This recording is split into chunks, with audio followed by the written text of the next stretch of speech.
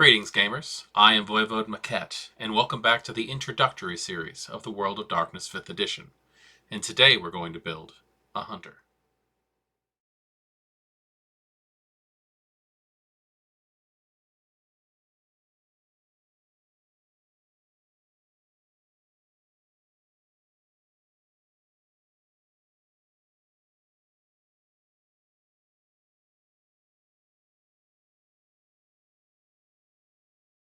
Playing World of Darkness games usually puts you in the mindset of a vampire or a werewolf. In Reckoning, you get to play a hunter, a human being who has taken upon yourself to being the last line of defense for humanity, trying to protect the world against those things that go bump in the night. Now, you all have your own individual reasons and methods on how you hunt. For those of you familiar with earlier editions of the World of Darkness, Hunter the Reckoning was set up so that you were a human imbued with power from a source of ultimate energy, where you were given special gifts and powers to be able to take on the denizens of the night. 5th edition has changed. It's more along the ways of Hunters Hunted or Hunter the Vigil. In 5th edition, Hunter the Reckoning, you play a standard human with actual problems who have to maintain their standard life, but you bear a weight on your shoulders that most don't ever have to think about. You know the monsters are real. You've experienced them before. You've come into contact with them, and you have taken it upon yourself to be that shield that protects those you love from those that would prey upon them. Personally, I think that Hunter the Reckoning 5th edition is a superior game as to other versions. Not because they were bad, but because you have to outthink the monsters out there. You don't have special edges that mark you as a supernatural creature yourself. You don't have the divine gift of the gods to be able to help take on these monsters. Now, they do have edges, and those edges come with perks, and we're going to get into those as we build our own Hunter the Reckoning character, following the rules found on page 53 of the Hunter the Reckoning core book, chapter 2, Character Creation. This is a character sheet for Hunter the Reckoning. Much like the other games in World of Darkness 5th edition, the character sheet is broken up into multiple parts. You have, at the very top, basic information for your character. Their name, their concept, their creed.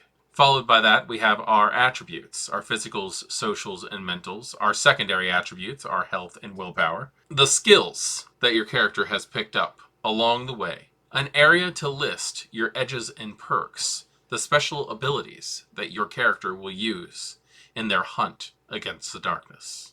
A spot on your character sheet for your chronicle tenets, your touchstones, and your creed fields. A place for advantages and flaws. A spot to put your equipment list. Some background information for your character. And a small area for notes.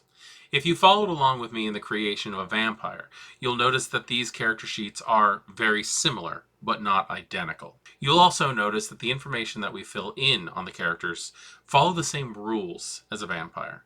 But we're going to go through this step by step, as if this is your first introduction to a World of Darkness character sheet. So, let's get started. Now, every hunter needs a name. So why don't we start with that first? I'm just going to go ahead and pop this one in. Now, we're not actually building Abraham Van Helsing, but perhaps our creation could very well rival this man in his accomplishments. Utilizing the character creation summary found on page 54 in the Hunter the Reckoning core book, it says to choose a concept first. The concept I think we're going to go here for young Abe is going to be tech whiz. Being a product of the modern world, Abe is going to be miles ahead of many of his quarry, who do not handle working with technology very well. Next, it says to choose an ambition and desire. Now, ambitions and desires are going to be the goals for your character. What exactly do they want? why exactly do they fight? And there's plenty you can take. There really is no wrong answer. Your character could be out to purify the world, or perhaps they're jealous of the power that the denizens of the dark have. Either way, figuring out exactly what the ambition, long-term goal, and the desire, the immediate want of your character is going to be rather important. Young Abe's ambition here in the long term is to catalog hunting methods, find the best ways to hunt down the various things in the dark. His desire is to make hunting safer for the hunters out there who are doing things. This is going to be the driving method for this character. Perhaps he was part of a cell, a group of hunters that didn't quite handle situations very well. Or perhaps he just is one of those analytical minded individuals who thinks that having the answers ready at hand could very well be the difference between life and death. Next, we're going to drop down slightly on the character sheet. The section marked touchstones is the next thing that the game would like us to do. We are allowed as players to pick 1 to 3 touchstones. These are the individuals for whom we get up and continue fighting for. Now, these have to be living humans. If for some reason a touchstone dies, you can replace it later on. Although there should be massive psychological and emotional repercussions for losing someone of such importance. These can be family, friends, people you look up to, people who look up to you. They truly are the reason you keep going. In the case of Van Helsing here, we're going to give him 1 touchstone. Although, like I said, you can take up to 3. We're going to name his touchstone Susan. It's going to be his young daughter. And under notes, I'm going to mark down that his wife was taken by werewolves. Now, what that means can be up to you and the storyteller if you take such a thing. Perhaps his wife was killed by werewolves. Perhaps his wife disappeared. Or even perhaps his wife changed into a werewolf and she left, knowing that she would be a danger to her family. Next on the character sheet, we're going to fill in your character's creed and drive. Creeds are your hunter's outlook, how they go about doing things based on their mental standing on how they see the world around them. Are they entrepreneurial, bold, innovations, and experimental approaches, faithful, a belief in a higher power and a divinity informed worldwide? Are you inquisitive, gathering intel and understanding the query? Are they martial, attacking the supernatural via arms and tactics? Or are they underground, guile, subterfuge, and knowing of the right people? For our character Abe here, I'm thinking the best creed that would fit his worldview would be inquisitive. Being an inquisitive, Abe is going to be searching for answers more than just hunting. He's not going for the kill, he's going for the knowledge. Drives, on the other hand, inform us why your character hunts. This could be curiosity, vengeance, an oath, a creed, pride, envy, and atonement. Each of these drives dictate exactly why a character would move on in the direction that they're moving on into. In the case of Abe here, I'm thinking curiosity fits him the best. What do monsters do, and why? Next, we move down to our attributes, our physicals, socials, and mentals. These are half of our dice pools as we go through the different situations that may pop up in our game. Our physicals are separated into 3 categories: strength, dexterity, and stamina. Socials, charisma, manipulation, and composure. Mental, intelligence, wits, and resolve. The way these are filled out are quite simple. We take 1 attribute at 4. In the case of young Abe Van Helsing here, I'm thinking intelligence might fit him the best, given the fact that he's inquisitive and driven by curiosity. We take 3 attributes at 3. Now, the 3 that I chose for our hunter here are wits, resolve, and composure. Composure being his ability to keep himself calm in situations. His resolve is his mental acuity to keep pushing forward. And his wits is his ability to think on his feet. I want this character to be primarily mentally driven, which is why I put the majority of his points so far in mental. We take 2 traits in 4 attributes. For this, I chose his manipulation, his stamina, his dexterity, and his strength at 2. The reason I did that is because I already knew that I wanted his charisma to be 1, because I'm looking for this character to be socially awkward with a low charisma. However, I'm also hoping for his intelligence to help him in manipulating those around him, for his own idyllic means may feel to him to be doing things for the right reasons. He might end up using this to his advantage for ill purposes. Next, we record his health and his willpower.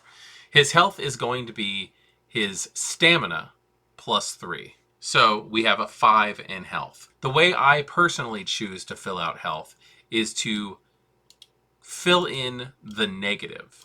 That way, the 5 traits that he has for health, I can mark down with slashes for superficial damage and X's for aggravated. His willpower is going to be the sum total of his composure and his resolve.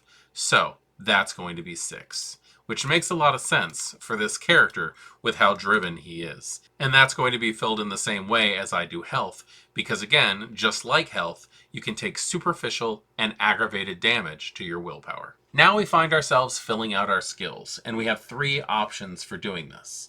We can have a jack of all trades, which is going to be a person with few traits in many subjects. Balanced, which has a pretty even skill divide across the board. Or a specialist, someone who's good at one thing, but not many others. Personally, the way that I like to do this is I like to go through all of the skills, putting 1 trait in each thing that I think would be the most important for the character. After that, I count up how many points I have distributed and see if it fits into one of the categories, a jack of all trades, a balanced, or a specialist. Let's see exactly where Abe fits. Alright, going through the skills, I thought that Abe here should be more of a mental character than anything else. And if you look at the way the character sheets are set up, you have all of the physical skills on the left, all of the social skills in the middle, and all of the mentals on the far right. The reason I did this is because this character is going to know a lot of things, but he's not going to be very good at certain things.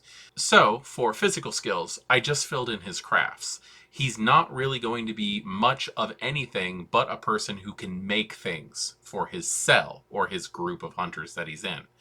Social-wise, he's going to be more of an intimidating leader than anything else. So I just gave him intimidation and leadership. Hopefully he'll be able to push around his band of hunters that he'll keep under his control and supply things to. And then the rest of these are all mental skills I think are going to come in handy with a character like Abe. So this, with 10 skills, makes him a specialized character. So let's go ahead and fill those in. As a specialist, he gets 1 skill at 4, and I believe that is going to end up being his academics. He gets 3 skills at 3, he gets 3 skills at 2, and he gets 3 skills at 1, being his leadership, his science, and his investigation. Most of these skills are going to be set for him doing things that make him a background character. Abe is going to be more of the guy in the chair than anything else as far as a hunter. Next, we have to consider what skills he has. He gets a free specialty to academics, crafts, performance, and science skills. So his specialization for crafts, we're going to go ahead and say that he's good at building junk weapons. Abraham has the skill to be able to build weapons out of random junk that he can find. Next, we move on to Abe's academics, and I think the best thing that he can probably take is teaching. This will allow him to be able to teach the other hunters that he's working with how to use specific things and how to utilize the knowledge he can give them. Next, we need to fill in his science, and I'm thinking engineering would be the best thing. Engineering will help Abraham to create other things that crafts just doesn't fit into. Now, we're also allowed to add one specialty of our choice. In the case of Abe here, I'm choosing medicine. And his specialty in that is going to be trauma care. That way, he's able to care for his soldiers if anybody gets injured in the hunt, which, in the profession that Abraham's in, is highly likely. Next, in character creation, we get to take 7 points of advantages and 2 points in flaws. I like to start off with my flaws typically, and I put my flaws at the bottom of the character sheet. I've chosen severe addiction for Abe, and he's a chain smoker. The way severe addiction works is Abraham will lose 2 dice traits from all pools when he does not indulge in his substance of choice during the last scene, except pools for actions that will immediately obtain his drug.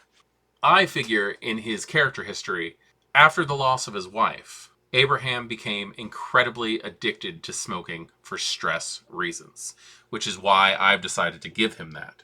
Okay, rounding out Abraham's advantages here, he has a mask, which means he has access to a false identity. Now, him having a 2 means that his mask can pass a background check with the National Police, FBI, Scotland Yard, or the equivalent. Also, if he's had a military or intelligence record, it's been classified. Now, building on top of his mask, he's also a cobbler, which means he has the ability to make masks for other people. I decided to also give him 3 points in status among the local hunters, due to the fact that he can make masks for other people. This is how he's going to receive his money. If you notice that he doesn't have resources on his character sheet, because he's going to end up doing contracting work for other hunters who need to be lost in the system. Next, we're going to fill out Abraham's edges and perks. The way that 5th edition Hunter works is you get to choose exactly how you wish your edges to work. You can either choose 2 edges and a single perk, or 1 edge with 2 perks. Given the type of individual I want Abraham to be, I've given him library. Whether in the form of musty library filled with centuries-old texts, or a well-encrypted database encompassing the latest research in paranormal entities, the hunter has access to a wealth of information on a wide variety of topics and creatures. Given time, the hunter can use this to glean important clues on the behaviors, strengths, and weaknesses of his query. His edge pool for using his library is going to be Resolve plus Academics, which, as we've seen in his attributes and his skills, are actually pretty high. The way that this works is if he spends roughly a day researching his prey, he can make an edge test with his Resolve plus Academics. A win provides a clue to the nature or behavior of the types of creatures or even the specific prey. The storyteller decides the nature of the clue and how vague it is, but the result should scale with a margin of the win. A greater margin equals more information, more accurate information, etc. No more than 1 attempt can be made for each scene, and once successful, the edge cannot be used again until the next session. So he's going to get library, definitely. The other one that I chose was drone jockey. Not only is a hunter an expert in control and maintenance of remote-controlled mobile surveillance and security devices, they are also in possession of one that exceeds the performance of most common devices in the field. And they have the resources to repair and rebuild it should it suffer damage. The type of drone varies from ultra-fast flying surveillance model to burly quadruped capable of holding their own in a fight, to swarm of micro-drones, almost invisible to the naked eye. Their edge pools for this are wits plus technology for control of a drone, or intelligence plus crafts to repair or rebuild it. So as you can see, there's some pretty good options here. So I've decided to go ahead and take 2 edges, library and drone jockey. That means I get 1 perk to go along with it at character creation. I believe I'm going to go ahead and put the perk on library due to the fact that Abraham is meant to be more of an information horse than anything else in this game. So, as perks, he has a choice to have where they hide, where they are, how to halt them, and how to harm them. And I think I'm going to go ahead and start with where they hide. In addition to the clues gained, the information yields a bonus equal to the margin on the win to any attempt to locate the lair of the prey. This bonus expires after use and cannot exceed 3 dice. So I think that Abraham is going to be more interested in how to find them than he is on anything else. He's going to be sending people into a dangerous situation. So I'm going to give him the perk where they hide because he's going to be more interested in getting people to there without actually thinking of how he should be doing things instead. As you can see, I'm making a little bit of a dangerous character, but he's going to be interesting, and he might be one of those play-to-lose characters more than anything else. So let's go ahead and take a look at the character for what they are at the moment. We have the character Abe Van Helsing. That's just a joke, obviously. He's the most famous vampire hunter in the world. The best part is I'm putting him up against werewolves, so there's that. We have a concept of Tex Wiz. He's an inquisitive. Cell here is the name of the group of hunters. So that's not really anything that I need to worry about filling out here. That's something that if you guys decide that you guys are going to be called the Fang Bangers or the Curb Stompers or whatever the hell you want to call yourselves, that would go there. His ambition is to catalog hunting methods. And his desire is to make hunting safer. Now, my character has definitely changed a lot in character creation, which is 100% fine. He is not filling in the desires, I think, right here. So what I think we're going to go ahead and do is change his desire, acquire a specimen, and catalog hunting methods can probably still sit as his ambition. I think that works really well. Now, the Hunter's Redemption. That can actually be found on page 129 of the core book.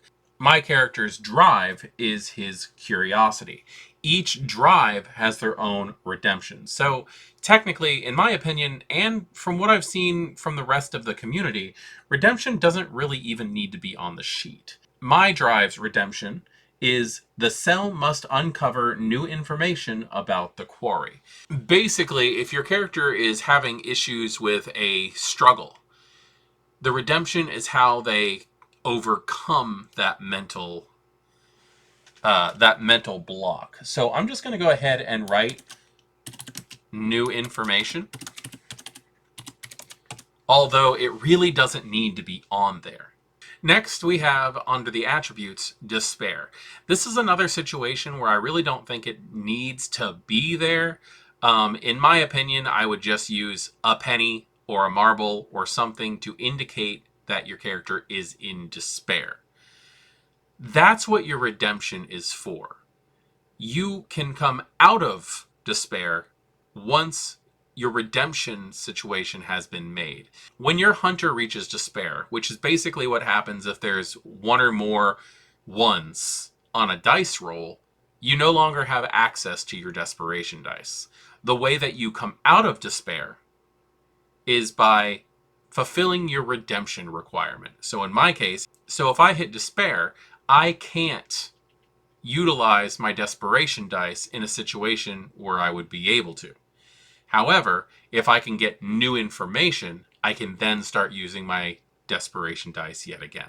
Now, your chronicle tenets are going to be decided by the game itself. You and your storyteller should sit down and try to figure what that is.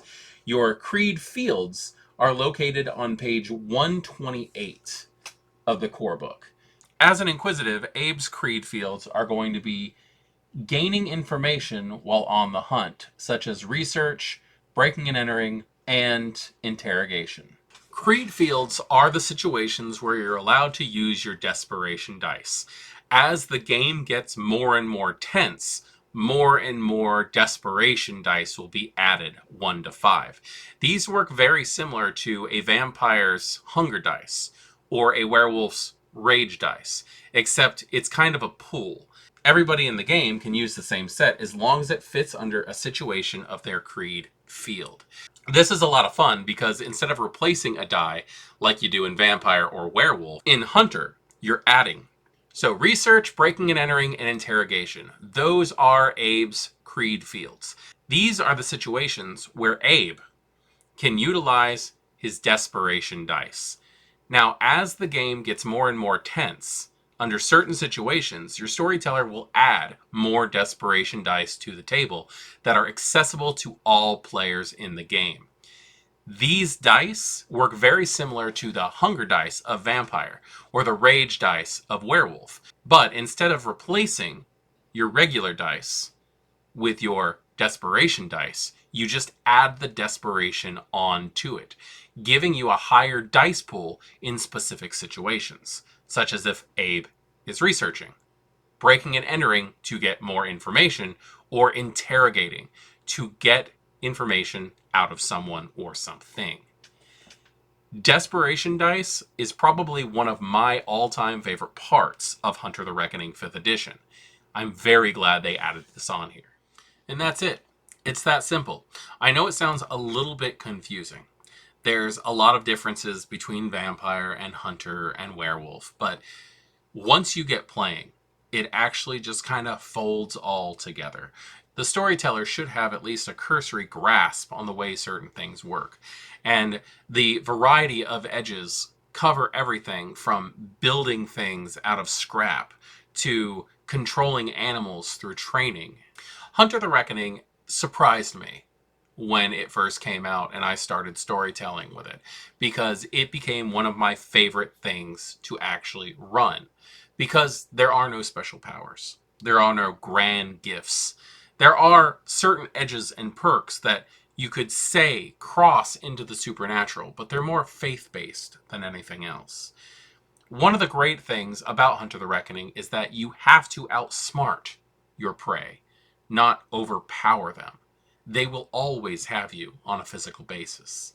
And not only are werewolves and vampires out there to get you, but the organized hunter societies such as the Society of Leopold, the FBI, the CIA, and many others are also out there to thwart your attempts because they think they know better than you. Hunter the Reckoning is a grand game of rebellion, taking back the night to make it your own. And I do hope that you give it a shot. If this video was helpful for you, please take the time and like the video. Share it to another gamer that you think that this might be helpful. And by all means, please comment down below to let us know what your favorite part of Hunter the Reckoning is, or if you have any questions on the system. We'll cover it in future videos. I am voivodemekhet, and this has been an introduction to how to build a hunter for Hunter the Reckoning 5th edition. Please remember, this is our world of darkness.